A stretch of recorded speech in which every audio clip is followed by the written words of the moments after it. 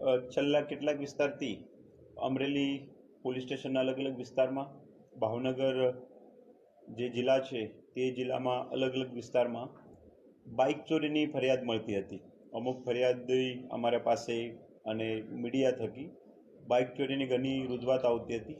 તે બાબતે અત્રેથી ટીમો બનાવી તપાસ કરતા અમને એક સારી એવી અમારી એલસીબી બ્રાન્ચને લીડ મળેલ હતી અને લીડના આધારે અલગ અલગ જગ્યા તપાસ કરતા અમરેલી જિલ્લા પોલીસ અને અમરેલી જિલ્લા એલસીબી ટીમને કુલ બાઇક ચોરીના 25 ગુનાના ભેદ ઉકેલેલ છે.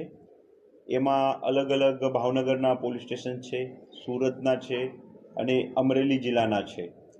તો આ બનાવના કામે અલગ અલગ 5 લોકોની ધરપકડ કરવામાં આવેલ છે. આમાં જે મુખ્ય 5 આરોપી છે, આમાંથી ભાવેશ વાઘેલા જે છે એ એનું સૂત્રધાર છે. સાથે સાથે એમાં સંડાવેલ નિલેશ ચુડાસમા જે છે એ પોતે જાતેથી મેકેનિકલનું જાણકાર છે, પોતે મિસ્ત્રી કામ કરે છે, ફિટર છે.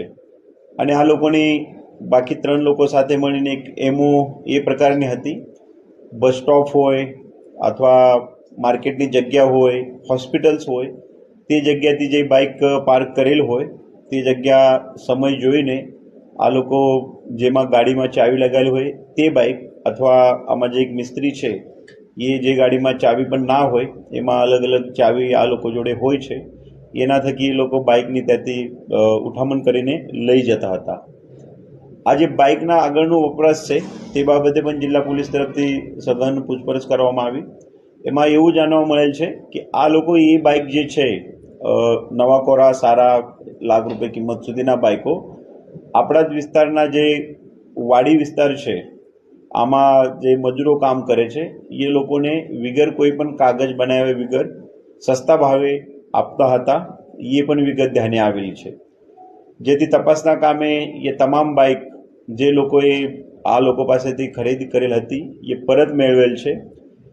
જેથી આ ગુનાના અનુસંધાને અમારું તમામ જનતા જે અહીંયાની છે, નાગરિકો, એમને એક સૂચન છે, એક અપેક્ષા છે કે આપે જ્યારે પણ કોઈ વસ્તુ સ્પેશિયલી બાઇક અને વાહન ખરીદી કરતા હોય છે ત્યારે આપ ચોક્કસથી એ વસ્તુ જાણવી જોઈએ કે ભાઈ આના કાગળ બરાબર છે, એના ઉપર કોઈ લોન છે કે કેમ, કે ચોરીની વસ્તુ છે કે કેમ. અગર એ કર્યા હોત તો આ લોકોને આ બાઇક જે ચોરીની બાઇક આ લોકો પાસે મળી આવેલી હોત એ બનાવ ના બન્યા હોત. તો અમારા પાસે કુલ 25 ગુનાના કામે 24 બાઇક કબજે લીધેલા છે. ગુનામાં જે અલગ